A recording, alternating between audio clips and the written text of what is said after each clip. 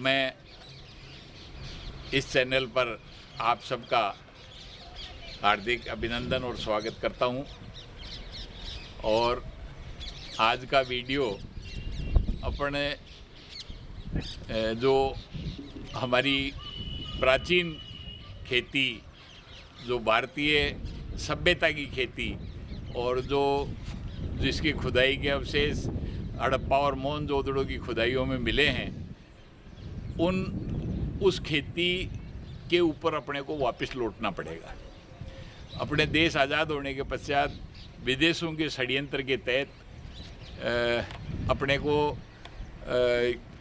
Chemical, urea, DAP, fertiliser और pesticides के जहर जो विदेशों से मंगाने पड़ते हैं और अरबों रुपए देश के जाते हैं, और वो दिखने को तो थोड़ी पैदा बढ़ा देते हैं, लेकिन अंतोगत्वा हमारी भूमि को वो ख़राब हो जाती है।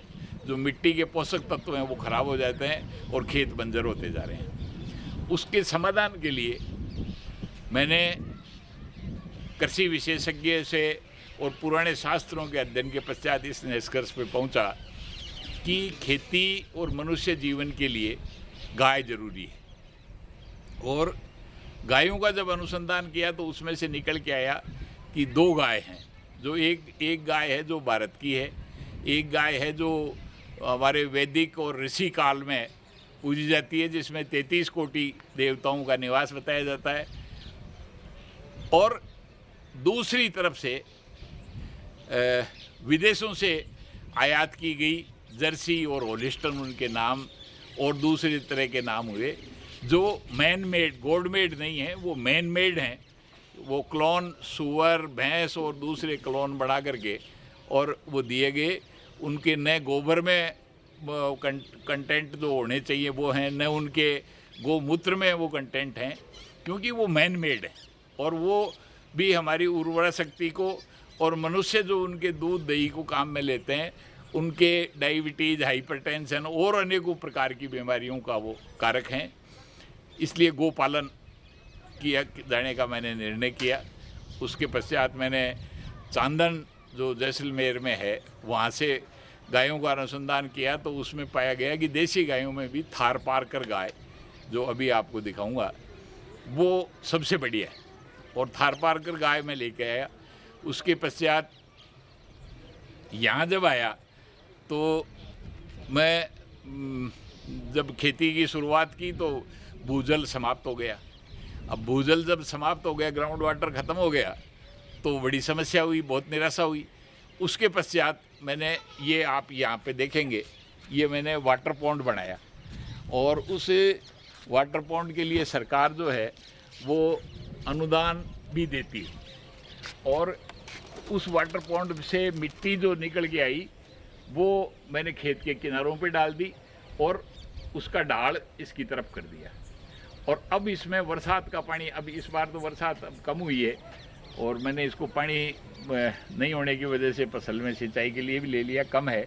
वरना अगर अच्छी बरसात हो तो ये पॉन्ड मेरे बढ़ जाता है और साल भर में इससे खेती कर सकता हूँ। इसी तरह से मैंने हरे चारे की समस्या के लिए आपको बताया कि मैंने नेपियर घास लगा ली, तो अब वो मेरे 12 महीने उससे मेरे को लगातार वो मिलता है। और अब ये जो गाय हैं वो आप देखेंगे कि ये थारपारकर गाय है। वो जो सामने चल रहा है वो थारपारकरी सांड है। और ये गायें हैं जो थारपारकर गाय है। इसके अलावा वो जो लाल गाय दिख रही है वो साहिवाल किस्म की देसी गाय है, जो भी एक अच्छी है।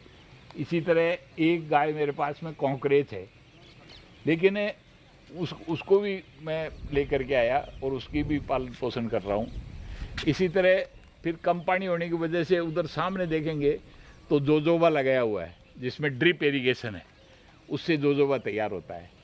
और अब आपको मैं इसको खाद बनाने का तरीका बताऊंगा कि अपने या तो गोबर को खड्डे में डाल देते हैं या गोबर का ढेर लगा देते हैं, तो वो नहीं लगा करके और आपको इस तरह से 3 फीट ऊंचा बेड बनाना चाहिए। और उस बेड के के ऊपर डीकम्पोजर या गो कृपा अमृत, जिसमें वो 200 लीटर के ड्रम में 2 किलो गुड़ डाल करके और 6 दिन तक उसको डीकम्पोजर या गो कृपा अमृत को आप रहने दें, और उसके बाद में उस खाद के ढेर के ऊपर 6-6 इंच के गड्ढे करके और उसमें वो डीकम्पोजर डाल दें। और डीकम्पोजर डालने के पश्चात 2 महीने के अंदर ऐसे चाय की पत्ती की तरह से खाद तैयार हो जाती है। वो खाद खेत में डालें तो आपको न डीएपी डालने की ज़रूरत पड़ेगी, न यूरिया डालने की ज़रूरत पड़ेगी, न आपको कोई केमिकल यूज़ करने पड़ेंगे। आप तो बस ध्यान ये रखें कि गाय जो गोबर और गौमूत्र है उसको आप एकत्रित कर लें और खाद को डीकम्पोज कर लें। उसके बाद में आपको कोई समस्या नहीं होगी और फिर जो अन्न की, घास की और क्वालिटी होगी वो अद्भुत होगी और आपके परिवार की सभी तरह की बीमारियां गायब हो जाएंगी। आप स्वस्थ रहेंगे, बच्चे स्वस्थ रहेंगे। और अगर आप ज़्यादा गाय नहीं रख सकते तो हर व्यक्ति को, हर भारतीय व्यक्ति को एक भारतीय नस्ल की गाय ज़रूर रखनी चाहिए। और उसका अगर दूध कम हो तो खुद नहीं पी के छोटे बच्चों को वो आप ज़रूर पिलाएं, जिससे कि आपका भी और भारत देश का भी भविष्य उज्जवल हो और देश समृद्ध हो। धन्यवाद।